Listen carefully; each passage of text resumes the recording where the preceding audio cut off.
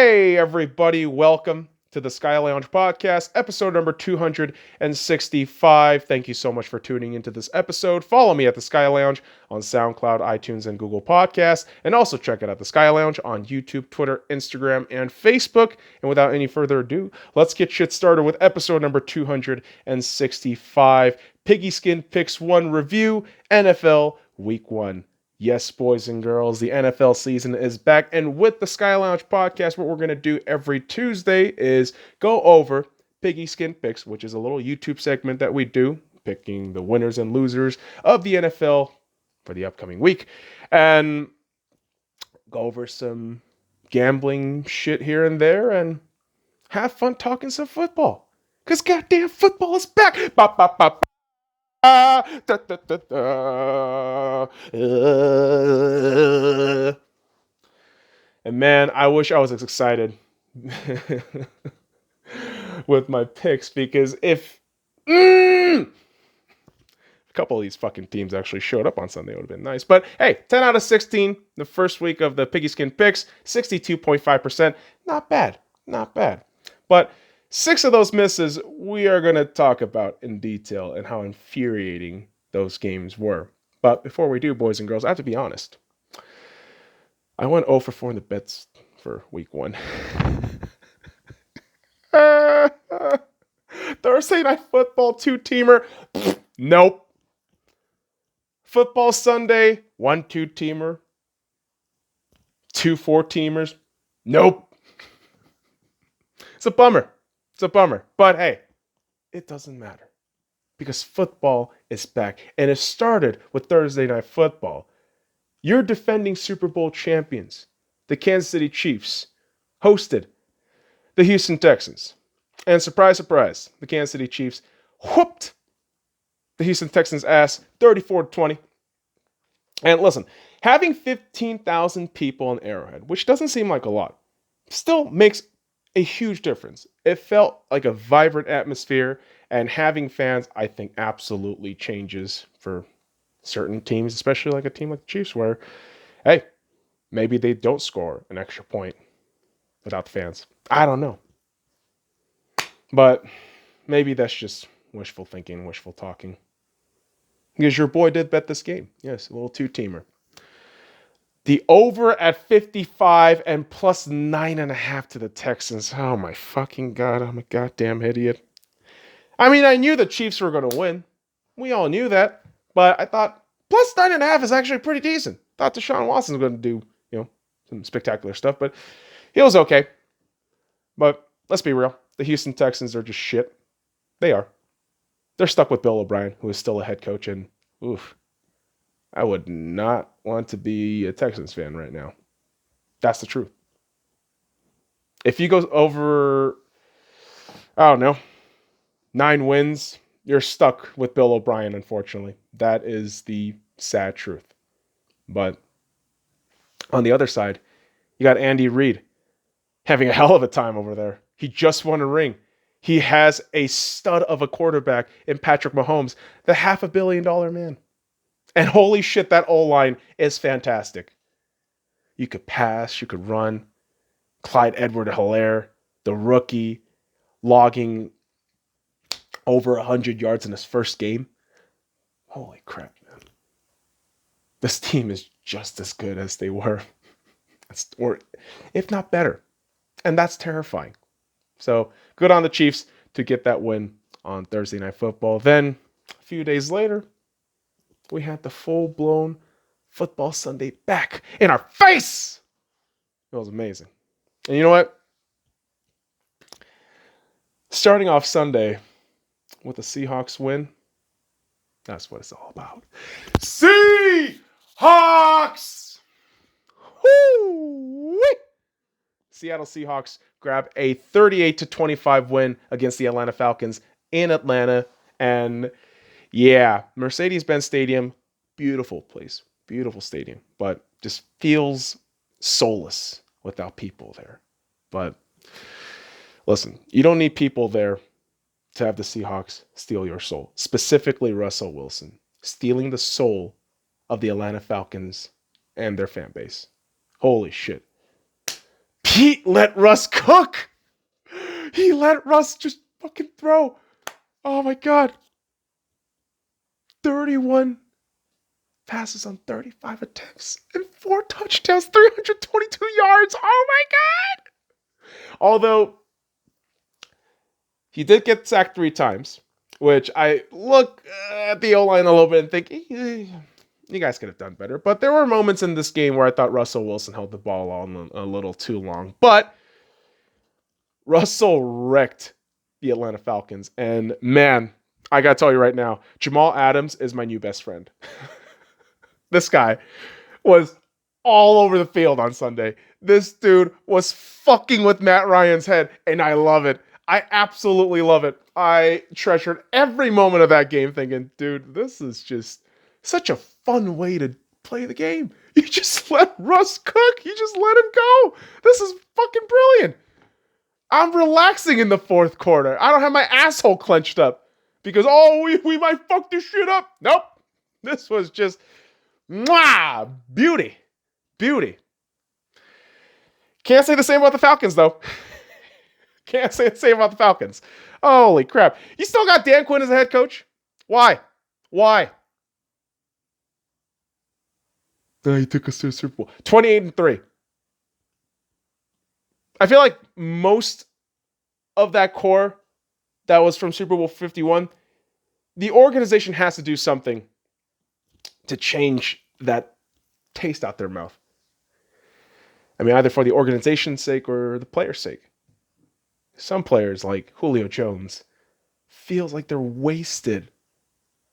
And Julio Jones is the best receiver in the league, motherfuckers. I don't want to hear any of that shit about Michael Thomas, Mike Evans, DeAndre Hopkins. It's Julio. Julio Jones is the best receiver, and he is stuck with a mediocre-ass quarterback. Now, I know, it's harsh to say Matt Ryan's a mediocre-ass quarterback. Okay, he's a bang-average fucking quarterback who had an anomaly MVP season. Is that better? Because that's exactly what Matt Ryan is. He's a bang-average quarterback who had one really great season and consistently just all throughout. And people still laud this guy as a great quarterback. You have Calvin Ridley, Julio Jones, 2 great receivers, and you can't capitalize shit off of that?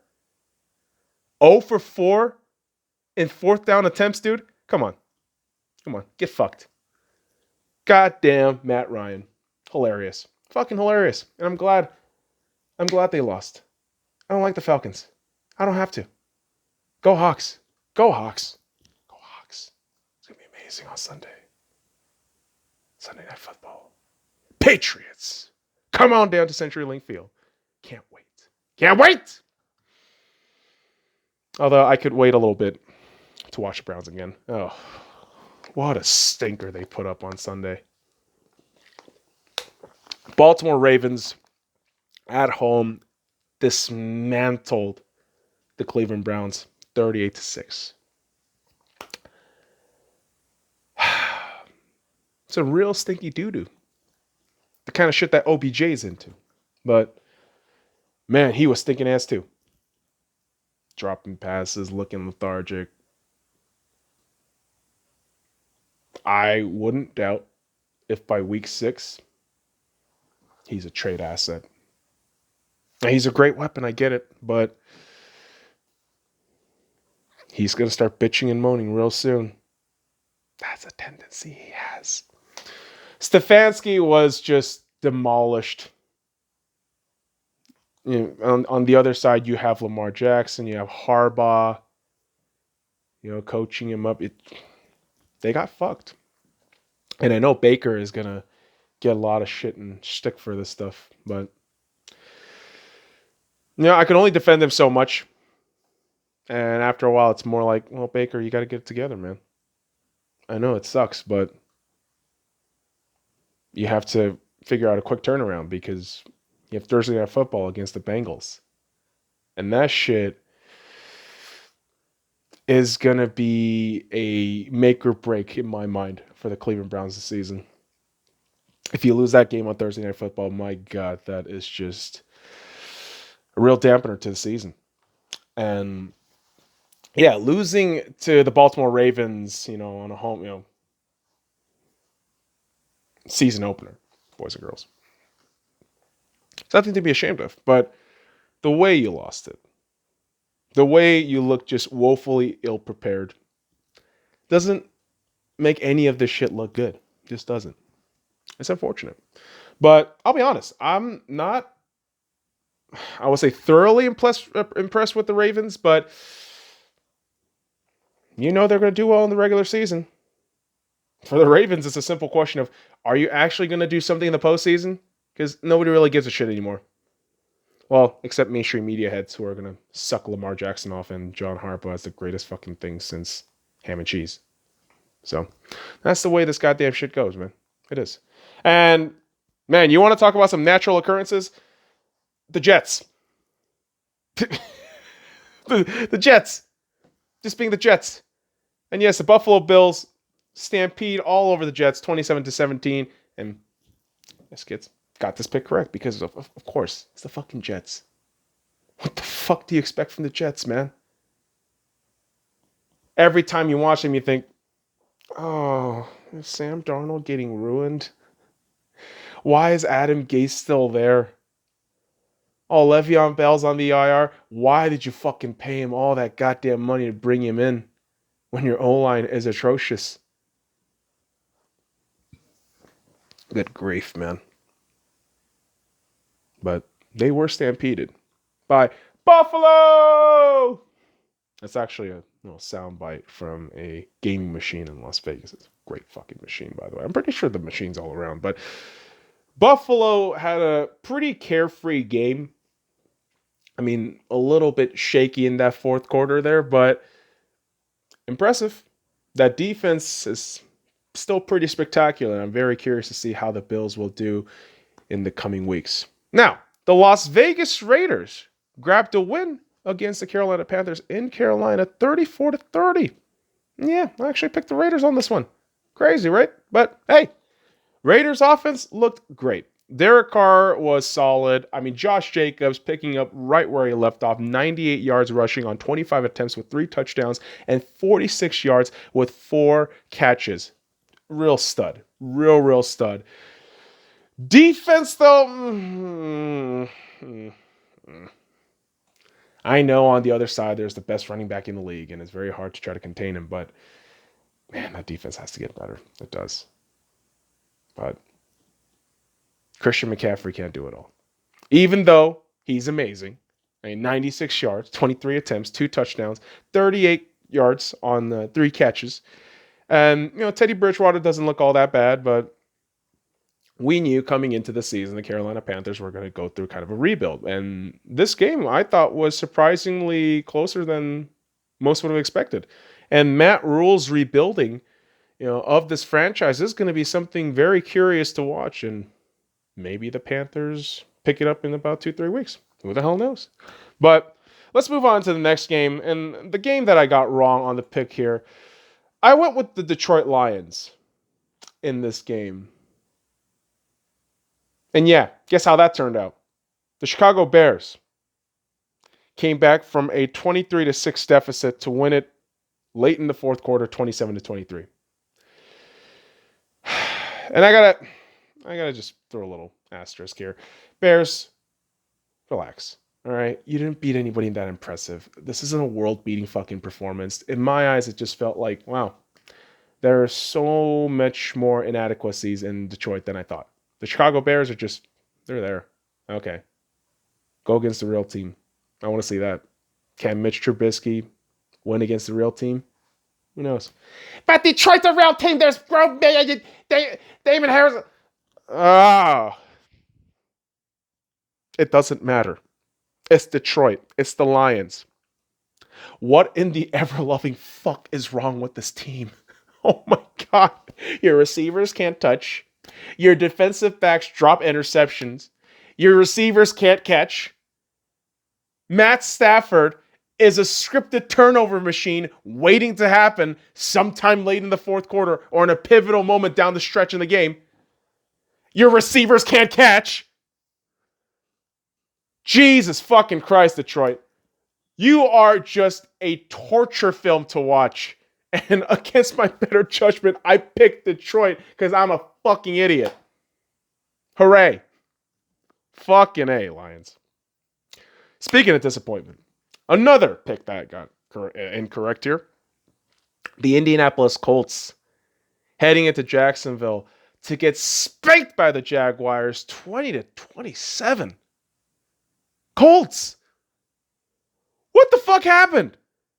I mean, Marlon Mack being injured sucks. That is just some horrible shit. But, dude, offense, defense, special teams, everything just kind of fell apart there. And, listen, Philip Rivers isn't the solution. He was never the solution. You brought an old man who, with the Chargers, was still shit, and you thought, oh, maybe this quarterback's going to work. Huh? You could have brought in Cam Newton, dude. Could have ran all the fucking balls you wanted, have those tight ends just passing them up front. But you chose Philip Rivers. Good job. And on the other side, you had Gardner Minshew, who, Jacksonville. I was so wrong about them for this first game. Now, do I think this game is a segue for the Jacksonville Jaguars to, have an unbelievable, 10-win season, all that shit? I don't know. I still think this Jacksonville Jaguars team is carved apart by a lot. But, as much as I shit on the Jaguars and kind of, undervalue Gardner Minshew, I got to give a huge shout out to Minshew here. 19 passes on 20 attempts, 173 yards, 3 touchdowns, man. Good Lord, what a fucking game from him. So kudos to the Jaguars on getting that win. My bad on picking the wrong fucking team. Goddamn Colts. But, hey, with the Green Bay Packers, got the right pick here. Packers beating the Minnesota Vikings 43-34. Surprise, surprise. The Vikings are owned by their older brother who eternally tortures them. The Vikings gave up 522 yards, most yards given up by a Mike Zimmer defense. Isn't that odd? And yeah, man, I don't really have a lot to say about the Vikings at this point because you're always going to get beat by your older brother. This is what always happens, and we know you're going to make some decent level of noise in the regular season, possibly get to the fucking postseason, and then just fart yourself out. That's what happens. And with the Green Bay Packers, despite the win, despite how Aaron Rodgers was impressive, 4 touchdowns, right? 37 of 50 attempts, if I'm not mistaken. Over 300 plus yards. I don't really trust the Green Bay Packers. For whatever reason, I just do not trust the Green Bay Packers. Maybe it's that defense. Maybe it's parts of the offense that might just kind of flatten out after a few weeks. But they grabbed the win. And Vikings, holy shit, you are being bullied by your older brother. Again. Kind of like the Dolphins with the New England Patriots, where the Patriots, with the Cam Newton-led team, beat the Miami Dolphins 11-21. Cam looked good. I'm not crazy about Cam. Everyone knows that, but he looked pretty damn good with the New England Patriots and Bill Belichick just doing Bill Belichick things. I mean, listen, this guy is all football. And I know we see Bill Belichick in those goddamn Subway commercials now, but this man is all football. And because he's all football, you know damn well, all throughout the offseason, he's thinking, I want to get that motherfucker Brian Flores. I'm going to get that motherfucker for embarrassing me with Ryan Fitzpatrick. And he did just that. And this is where we have to talk about Fitzmagic, where he transforms into Fitzception. And that just leads everyone to think he's just a Fitz-tragic story, right? And it's a bummer because you think Miami, with all the, free agent signings, all these, drafts, maybe they finally get at their brother too, like the Vikings. But no, they get slapped. And who knows, maybe the Tua Tagovailoa tour might be starting real soon. We'll be on the lookout for that in Miami. And the next game, and oh my God, I got the shit wrong too. And here's the more infuriating part about this game that I need to explain to you people. I took the Eagles at -7.5 on one of the parlays. And trust me, I mean, all the parlays, they got destroyed. I'm not here to fucking get all salty about that shit. But when you are goddamn over a touchdown fucking favorite team in a game, you should be doing better. Yet, what happens? The Eagles blow a 17-0 lead and lose 17-27 against the Washington Redskins, the team with no name. Holy shit, Philadelphia. How the fuck do you blow a 17-0 lead? You were going into halftime with that 17-0 lead. And then you fucking fell apart tremendously. Carson Wentz was... Oh, he was bad. When he was bad, he was bad. I'm not fucking denying that he's a good quarterback when he is. But when he makes these horrendous mistakes, like, oh my God, Carson! Why? And that man is going to have Chase Young in his dreams and nightmares for a couple weeks now. Holy shit, Chase Young is a beast. And listen, Dwayne Haskins might not be a world beater, but he did his fucking job in this game. And kudos to Ron Rivera on getting the win for the Washington Redskins, the team with no name. What an upset of the week. Hilarious upset, but kind of pissed that I got that shit wrong. And so we move on into the afternoon games, and I'm not going to lie to you, boys and girls. I got only fucking one correct in the picks here because the LA Chargers beat the fucking Cincinnati Bengals 16-13. And you got to feel for Joe Burrows. You really do. This kid, super swagger LSU cat, one of the oldest, college Heisman Trophy winners. And you think maybe his swagger will translate into a different kind of culture here in Bengals country. But Bengals will bungle.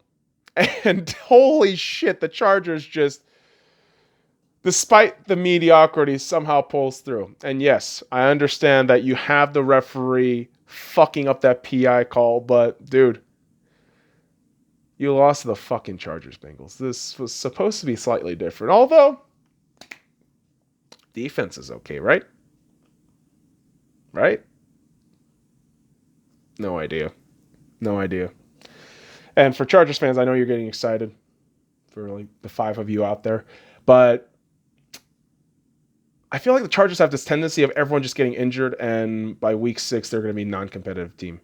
And I don't know. Will Justin Herbert make that difference? We'll see. And we definitely saw the game that everybody kept talking up all week long. The Tampa Bay Buccaneers versus the New Orleans Saints, and I was a sucker into thinking the Tampa Bay Buccaneers would do something, but no. 23-34 loss in the Battle of the AARP Boys, Part 1. Old man Brady looked old, and he threw a pick 6. Yeah, he had decent moments in the game too, but overall, it just did not look great for Tom. TB12. Going for that 2K, though, in the rushing yard, so... just fucking sliding in there, just hilarious shit. But, hey, on the other side, Drew Brees looked good. The Battle of the AARP is going to be a fun one to watch down the stretch of the season, boys and girls, because there's going to be a few curious parts involved in that shit. Michael Thomas is going to be out for a couple of weeks, so maybe the Saints kind of fall down in the trajectory, and maybe the Tampa Bay Buccaneers go up, and Part 2 should be a more interesting battle, but we're going to have to wait and see on that. But, boys and girls, what we have finally waited and are seeing now is the ascendancy of the Arizona Cardinals. And I have valued this Arizona Cardinals team as a pretty damn good team coming into the season. And the upset of the week, we got correct. Arizona Cardinals beating the San Francisco 49ers 24-20. And holy shit, this bet that I put on this game is the most infuriating shit. Because I had the Cardinals at +7, which was an easy fucking win there. But the over at 48. God damn it. Oh, that over-under shit fucking killed me this week. And it bummed me out. But seeing the 49ers lose makes me happy. It does. That's something I'm not going to hide. I don't like the 49ers. I take great pleasure and joy when they lose. Super Bowl 54 was a celebration in the fourth quarter. I have never screamed that fucking loud. Well, actually, 2 consecutive years of just screaming out loud during the fourth quarter when your NFC West rivals lose on the biggest stage of football.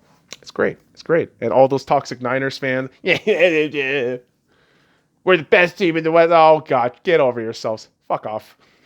Die. Cardinals look great. And I'm telling you, this Cardinals team being good, it's going to make the NFC West a fucking headache of a goddamn division. It really is. Because, boys and girls, Sunday Night Football, I got the pick wrong again. And the Rams take a win in their new stadium, SoFi, against the Dallas Stars, 17-20. And the LA Rams getting this win, solid defense. They could run the ball, which is a little bit nerve-wracking. And yeah, the only solace that I can take is that the Rams have sunk $100 million into a game manager and Jared Goff. Will that pay out in the end of the season? I don't know. But again, it does make the NFC West a fucking headache of a division to watch, especially as a Seahawks fan. But Rams grab a win, and of course, they had the ridiculous Jalen Ramsey flop brigade, and I'm not about that shit. And unfortunately, the Cowboys get that PI, and they get fucked by it. But honestly, man, is that really an excuse? Mike McCarthy looked bland as hell. Dak looked okay. Zeke looked pretty damn good. But, it's an overall mess. I mean, Greg the Leg just being all fucking mediocre too. It just doesn't help anything with the Cowboys. And I want Dak to do well. I don't really hate the Cowboys. But this was a game, you can't just blame the refs. You got to look at the entire thing and think, this is all we can muster? With all this talent, with all this money we're sinking in? I don't know. Should be doing better. Jerry Jones is going to get all of it. I tell you, we got to make sure that I'm pushing that money into the team. And yeah, I like Dak, but it's a bit slower. The offense. But woof, what a bummer. What a bummer. I really thought the Cowboys were going to win that game. But hey, they're not the only losers in the NFC East, because the New York Giants were on center stage on Monday Night Football against the Pittsburgh Steelers. And of course, I get this pick right. The Pittsburgh Steelers grab a 26-16 win against the New York Giants. And, Daniel Jones. Hot and cold all over. Just all over. I mean, in all fairness, the Giants' defense was okay. It wasn't that bad. But, man, this just kind of confirms that notion that there's only really one team in New York, and it's the Buffalo Bills. Technically and, actually, literally speaking. Because MetLife is over there in Jersey, so, right? But Giants fans, I don't really know what else to tell you, man. You're going to suck. Wah, wah. It happens, man. It happens. But from this game, I don't really know if I can call the Steelers elite. Ben had decent moments, but I don't think he was all that impressive. He still looked, body language-wise, same kind of Ben, what's the best way to put it? Entitled. Very not so sharpish, I would say. But that's just me personally, and I don't really care for the Steelers. But hey, they grab a win, and a win is a win is a win. And the Tennessee Titans could certainly say that phrase, because an ugly 16-14 win against the Denver Broncos is something they really have to look into. Now, more than the Titans, the Denver Broncos need to figure shit out. Vic Fangio, man. You are the opposite of a time wizard. Your time management skills was dog shit. And I'm going to be honest, man. You have good pieces on offense. Drew Lock looked pretty damn good. Jared Judy looked fucking awesome. But, ooh-wee, you got to fix that shit up with the time management, dude. You've been around the NFL for that fucking long. You should be able to manage the goddamn clock. But no.